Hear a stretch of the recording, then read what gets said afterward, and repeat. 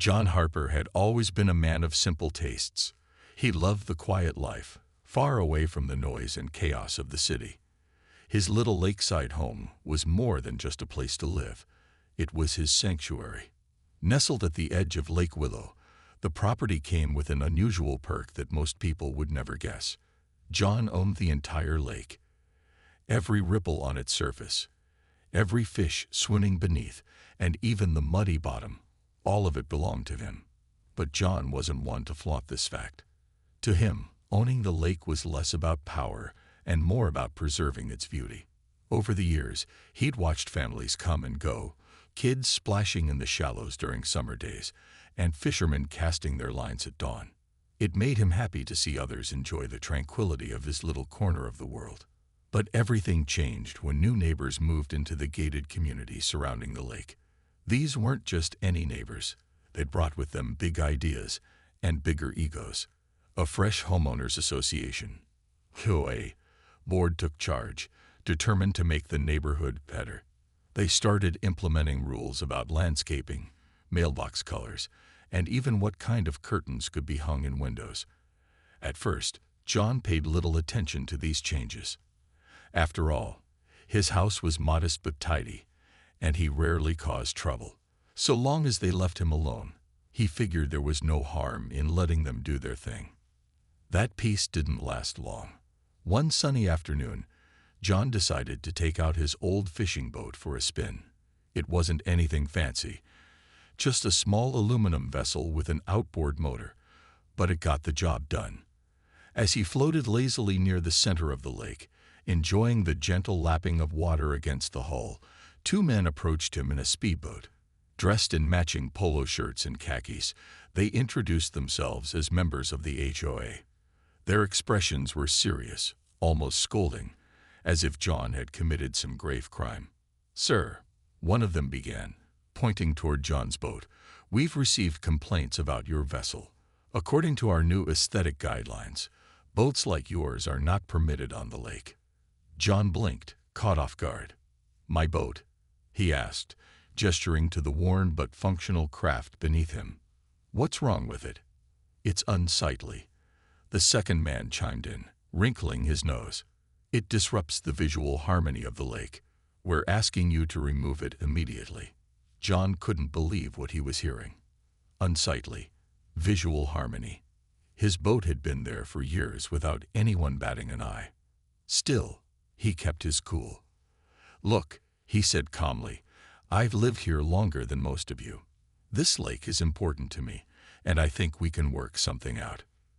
The men exchanged skeptical glances. "Mr. Harper," the first one said firmly, "these are the rules now. If you refuse to comply, we'll have no choice but to issue fines." Fines for using his own boat on his own lake. John wanted to laugh, but the situation felt surreal. Something told him this wouldn't end here. Little did he know, this encounter was only the beginning of a much larger headache, and a story that would leave the entire neighborhood talking for months to come. John tried to brush off the incident with the HOA members as a minor annoyance. After all, how serious could they be about fining him for using his own boat on his own lake? He figured they'd soon realize their mistake and leave him alone. But instead of backing down, the HOA seemed to grow more determined. Within days, John received a formal letter in the mail. Written in stiff, official language, it demanded that he remove his boat from the lake immediately or face penalties. The tone was cold and impersonal, as if they were dealing with a stranger rather than a neighbor who had lived there peacefully for over a decade. John sighed as he set the letter aside. Part of him wanted to march over to the HOA's next meeting and show them the deed to the lake once and for all. But another part of him hesitated. Revealing that he owned the lake felt like pulling out a trump card too early in the game. Besides, John wasn't looking for a fight. He just wanted to enjoy his property without drama. So he decided to bide his time, hoping the issue would blow over on its own. Unfortunately, the situation only escalated. Word spread quickly through the neighborhood about the problematic homeowner refusing to follow the HOA's rules. Some residents sided with the association, nodding along when Richard, the self-appointed president of the HOA, complained loudly at community gatherings. "It's not just about the boat," Richard declared during one such meeting. "It's about setting standards. If we let one person break the rules, where does it end?" Others, however, weren't so quick to judge. Longtime neighbors remembered John as a quiet, respectful man who had always kept to himself. They whispered among themselves, questioning why the HOA was making such a fuss over something so trivial. A small but vocal group began defending John, arguing that his boat didn't harm anyone and that the HOA was being unreasonable. These opposing viewpoints created a growing rift within the community, turning what should have been a peaceful lakeside neighborhood into a battleground of opinions. Meanwhile, the HOA didn't stop at sending letters. They started enforcing other rules around the lake, claiming authority over everything from fishing hours to the types of boats allowed. Signs popped up overnight near the shoreline. * No fishing after sunset. * No personal watercraft. * Permits required for all activities. To make matters worse, the HOA began organizing events on the lake, events that drew large crowds and disrupted its natural serenity.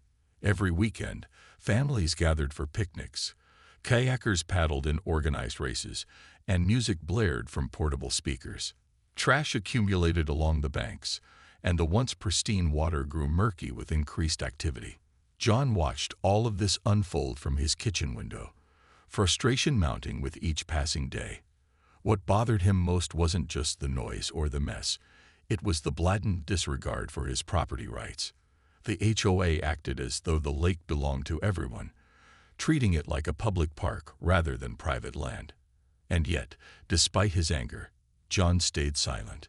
He told himself he was waiting for the right moment to act, but deep down, he wondered if he was simply avoiding confrontation. As tensions simmered, the HOA announced plans for their biggest event yet, a charity fishing tournament. Flyers went up around the neighborhood, inviting residents and outsiders alike to participate. Prizes would be awarded, food trucks would line the shore, and local businesses had even donated funds to sponsor the event. It was shaping up to be a grand affair, and a clear message to John that the HOA had no intention of backing down anytime soon. For John, this was the final straw. Watching strangers swarm onto his lake, leaving behind litter and chaos, ignited a fire inside him. He realized now that ignoring the problem wouldn't make it go away.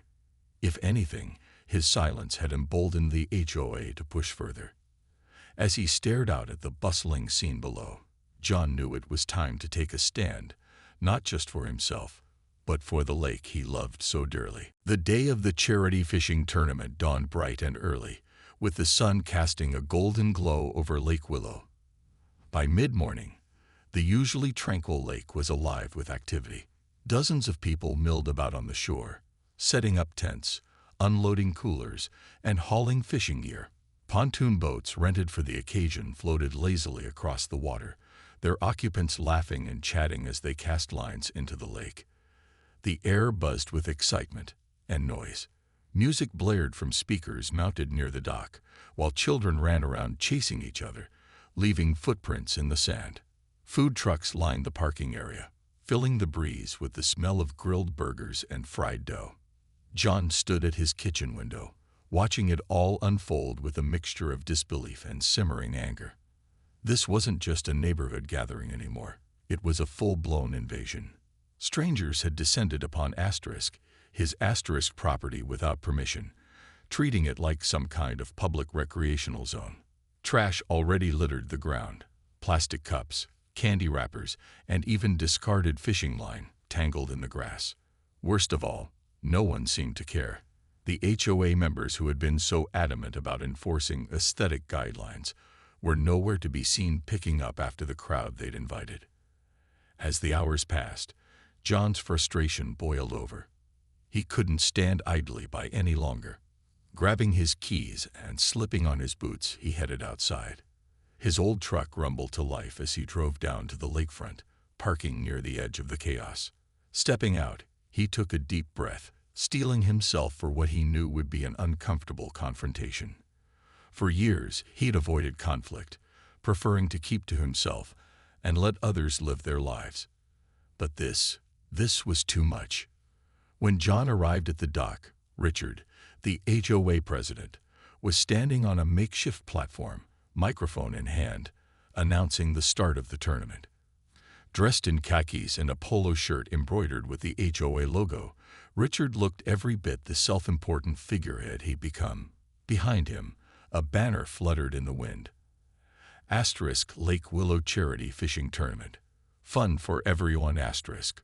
John pushed through the crowd until he reached the front. Ignoring the curious stares, he stepped onto the platform beside Richard. At first, Richard didn't notice him, continuing his speech about community spirit and raising money for a good cause. But when John cleared his throat loudly, Richard turned, startled. The microphone picked up the sound, amplifying it across the lake. Conversations died down as everyone turned to see what was happening. "Richard," John said firmly, his voice carrying over the sudden silence. "We need to talk." Richard blinked, clearly thrown off balance. "John, what are you doing here? We're in the middle of something important." "This is my lake," John replied, cutting straight to the point. "And I haven't given anyone permission to host this event, or any event, on my property." A murmur rippled through the crowd. Some people exchanged confused glances, while others whispered among themselves. Richard laughed nervously, waving a dismissive hand. "Come on, John. That's ridiculous. The lake belongs to everyone. You can't seriously expect us to believe that." "Oh, I can," John said, pulling a folded document from his jacket pocket. He held it up for everyone to see. "This is the deed to Lake Willow. Every inch of it, from the water to the shoreline, is mine. Legally, if you don't believe me, feel free to look it up yourselves." The murmurs grew louder as the weight of John's words sank in. Richard's face flushed red, whether from embarrassment or anger, it was hard to tell. "You're bluffing," he stammered. "Even if that's true, you can't just shut this down. People came here expecting a fun day." "I'm not bluffing," John shot back, his tone sharp but controlled. "And yes, I can shut this down. Because this is private property. Effective immediately, all unauthorized activities on this lake stop right now, including today's party." For a moment, no one moved. Then, slowly, reality began to sink in. Parents started ushering their kids toward the parking lot. Food truck operators began packing up their equipment, and fishermen reluctantly reeled in their lines. The festive atmosphere evaporated, replaced by awkward tension. Richard tried to rally the crowd, insisting John was lying and demanding they stay. But it was too late. The damage was done. As the crowd dispersed, John felt a mix of emotions: relief, satisfaction, and a twinge of guilt for ruining someone's idea of a fun Saturday. But as he walked back to his truck, he reminded himself why he'd done it. This wasn't about revenge or proving a point. It was about protecting what was rightfully his. And maybe, just maybe, teaching the HOA a lesson they wouldn't soon forget. The aftermath of John's announcement left the lake in stunned silence. People milled about uncertainly, unsure whether to pack up and leave or stick around in defiance. Richard, still standing on the platform with the microphone in hand, tried to regain control of the situation. His face was red, his voice rising above the murmurs of confusion. "This is nonsense," he declared, glaring at John. "No one owns a whole lake. It's public land. Everyone knows that." John didn't flinch. He calmly stepped closer to the platform, holding up the deed once again for everyone to see. "You're welcome to check it yourself," he said, his tone steady and confident. "I've owned Lake Willow for over 10 years. Every legal document proves it. If you don't believe me, I'll happily provide copies, or you can look it up at the county records office." His calm demeanor only seemed to infuriate Richard further. "Even if that's true," Richard sputtered, pointing an accusatory finger at John, "you can't just shut down something like this without warning." People came here expecting a good time. They paid money for permits, bought tickets, and made plans. John crossed his arms, unimpressed. Maybe next time, you should ask permission before hosting events on private property, he replied coolly. As for refunds or compensation, that's not my problem. You organized this event without consulting me, and now you'll deal with the consequences. The crowd began to split into factions. Some people grumbled under their breath, clearly annoyed by the disruption. A few even glared at John, muttering things like, "Who does he think he is?" and "What a buzzkill." But others looked thoughtful, exchanging skeptical glances as they considered the possibility that John might actually be telling the truth. One man spoke up loudly enough for everyone to hear. "If he really owns the lake, then technically, we're trespassing, aren't we?" That comment sent another ripple through the group. Parents began gathering their children, loading coolers back into cars, and folding up chairs. Fishermen reluctantly hauled their gear out of the water, casting apologetic looks toward John as they passed. The food truck operators, seeing the exodus, started shutting down their grills and packing up their supplies. Within minutes, what had been a lively festival atmosphere dissolved into a hurried scramble to leave. Richard wasn't ready to give up, though. Clutching the microphone like a lifeline, he turned to address the shrinking crowd. "Don't let him scare you off," he shouted, his voice tinged with desperation. "We'll fight this. There's no way one person can claim ownership of an entire lake. It's ridiculous." But his words fell flat. Even his own supporters seemed hesitant, glancing nervously between him and John. The doubt in the air was palpable. Seeing the tide turn against them, Richard tried one last tactic. "Fine," he snapped, throwing his hands in the air. "If you want to ruin today for everyone, go ahead. But mark my words, John, we're not done here. This isn't over." John simply nodded, unfazed. "I'll be waiting," he said evenly. Then, without another word, he turned and walked away from the platform, leaving Richard fuming and the remnants of the party scrambling to clean up their mess. As John strolled back toward his truck, he felt a strange mix of emotions. Relief washed over him, knowing that he'd finally stood up for himself and his property. At the same time, he couldn't help but feel a pang of regret for causing such a scene. He hadn't wanted to ruin anyone's day, but he also couldn't stand by and watch his lake treated like a free-for-all. When he reached the water's edge, John paused to take in the sight before him. The boats were gone. The music had stopped, and the only sounds were the gentle lapping of waves against the shore and the distant chirping of birds. For the first time in weeks, the lake felt peaceful again. As he climbed into his old fishing boat and pushed off from the dock, John allowed himself a small smile. No matter what happened next, he knew he'd done the right thing. And as the sun dipped lower in the sky, casting a warm orange glow over the water, he felt a renewed sense of pride, not just in owning the lake, but in protecting its beauty and integrity for years to come. The days following the aborted fishing tournament were anything but quiet.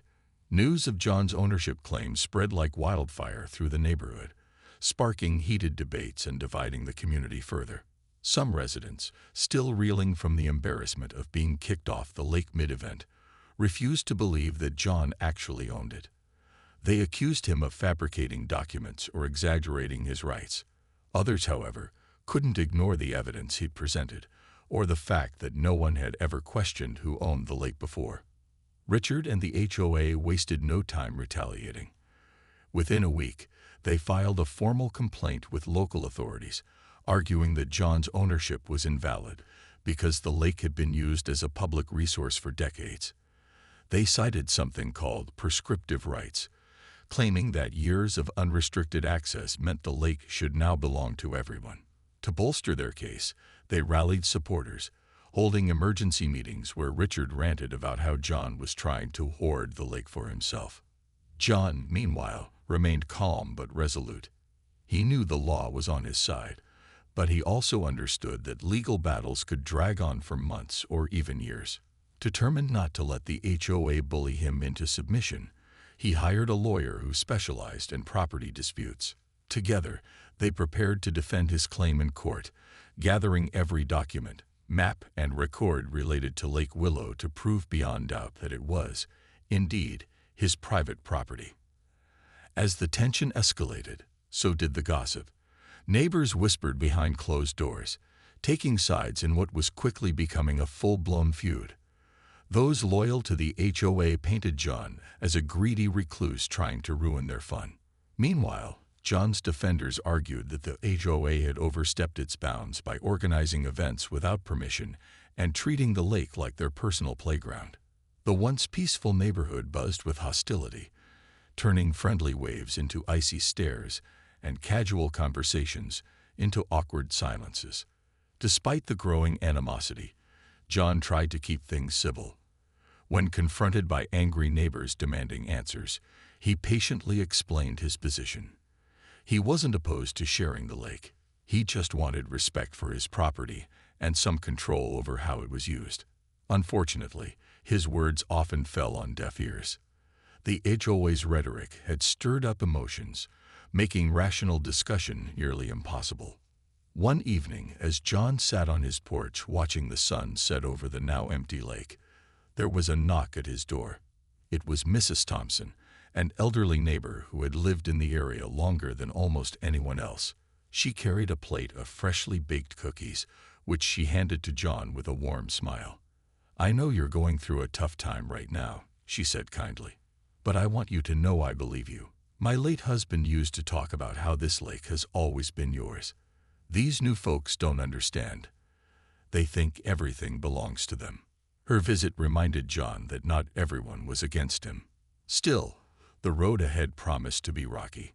The HOA doubled down on their efforts, filing additional motions and spreading misinformation to sway public opinion.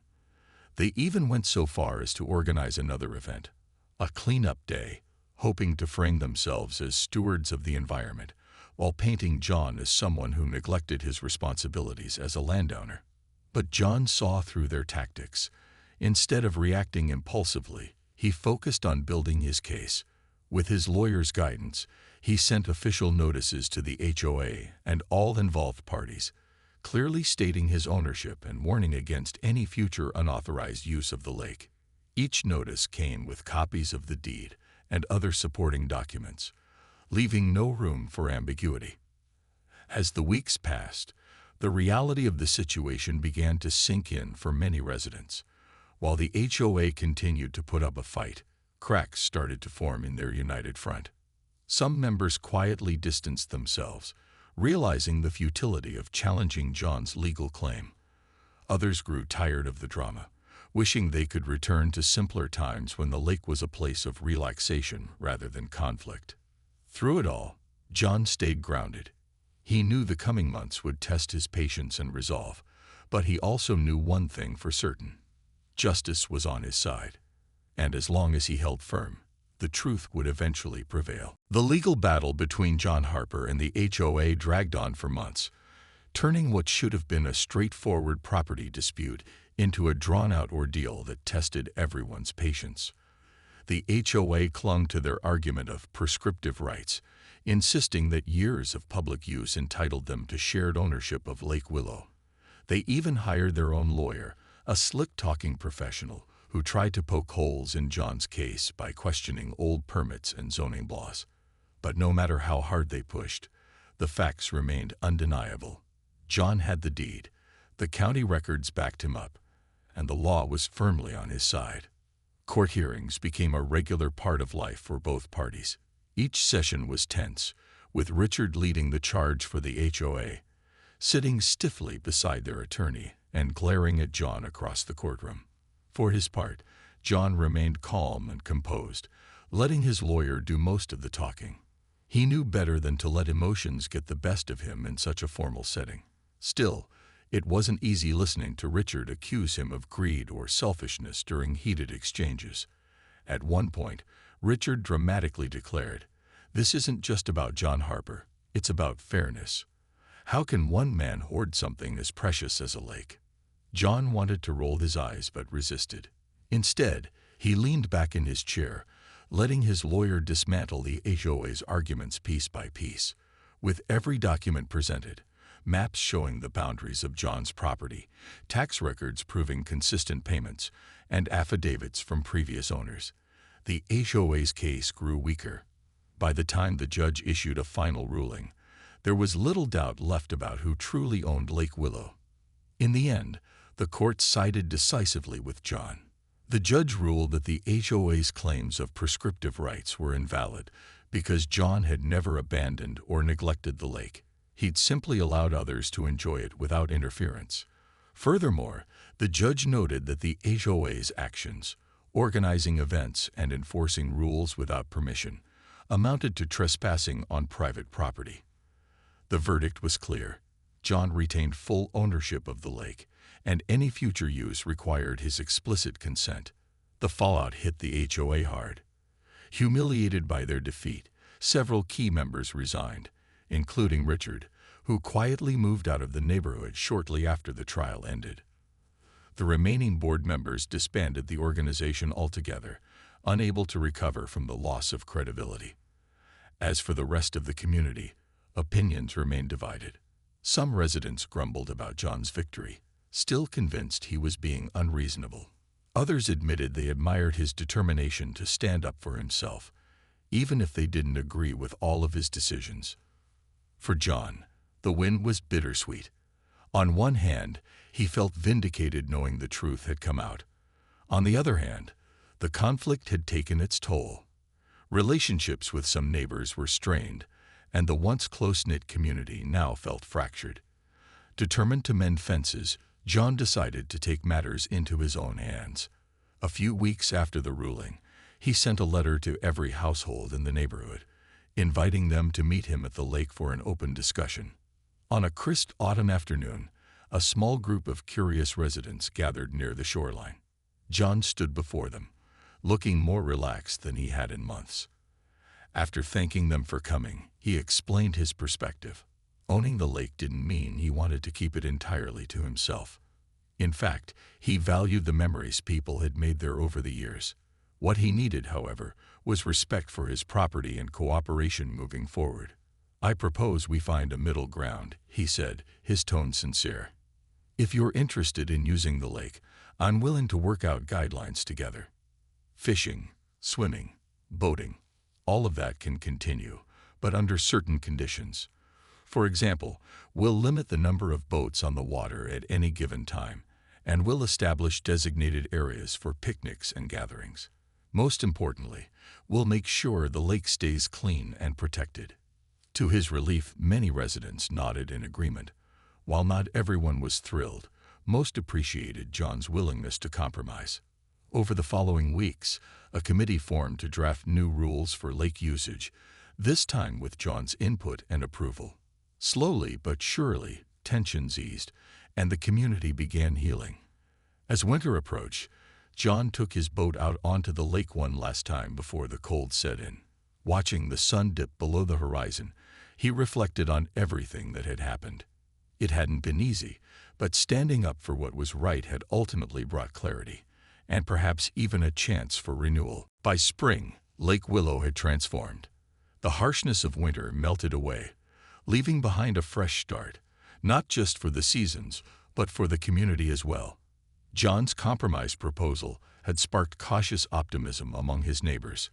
With clear guidelines in place, residents began using the lake again, this time with permission and respect for its boundaries. Fishing enthusiasts returned to their favorite spots, families picnicked along the shore, and kayakers glided silently across the water. But this time, there was order.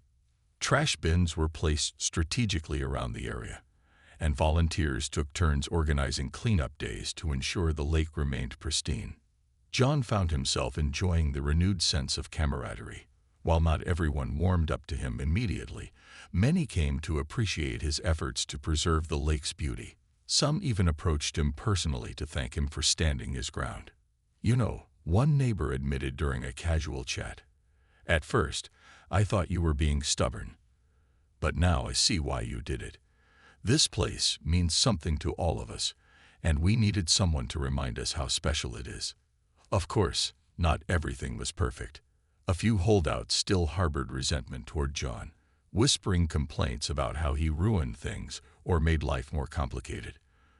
But these voices grew quieter over time, drowned out by the majority who embraced the new arrangement. Even Richard, whose reputation had taken a nosedive after the court ruling, eventually sent John a brief note apologizing for the tension he'd caused. It wasn't much, but it signaled an end to the animosity, or at least a truce. As summer rolled around, the neighborhood held its first official event on the lake since the fishing tournament fiasco, a small, low-key barbecue organized with John's blessing. Tables were set up near the shore, adorned with checkered cloths and jars of wildflowers picked from nearby fields. Kids raced each other on paddleboards while parents lounged in folding chairs, sipping lemonade and swapping stories. For the first time in years, the atmosphere felt genuinely joyful and inclusive. John attended the gathering, mingling quietly with his neighbors. He didn't seek attention, but people naturally gravitated toward him, eager to share their appreciation. One woman handed him a plate piled high with grilled chicken and corn on the cob. "This is for you," she said warmly. "Thanks for letting us use your lake. We'll take good care of it. I promise." Her words struck a chord deep within him. Owning the lake had always been a source of pride, but sharing it responsibly brought a different kind of fulfillment. As he looked out at the scene before him, the laughter, the splashes, the gentle hum of conversation, he realized that protecting his property didn't mean shutting others out. Sometimes it meant finding ways to include them without sacrificing what mattered most. That evening, as the sun dipped below the horizon, painting the sky in hues of orange and pink, John sat alone on his dock, feet dangling above the cool water. His boat rocked gently beside him, tethered securely to the wooden planks. The lake was quiet now, save for the occasional chirp of crickets and the distant hoot of an owl. It was moments like these that reminded him why he'd fought so hard in the first place. Reflecting on the past year, John couldn't help but chuckle at how far things had come. What started as a minor disagreement over a fishing boat had spiraled into a legal battle, fractured friendships, and ultimately, a lesson in balance. He learned that owning something didn't mean controlling every aspect of it. It meant stewardship, responsibility, and sometimes compromise. And though the journey had been rocky, the outcome was worth it. As he stood to head back inside, John paused to glance once more at the shimmering surface of Lake Willow. It was his, yes, but in a way, it belonged to everyone who cherished it. And for the first time in a long time, he felt truly at peace.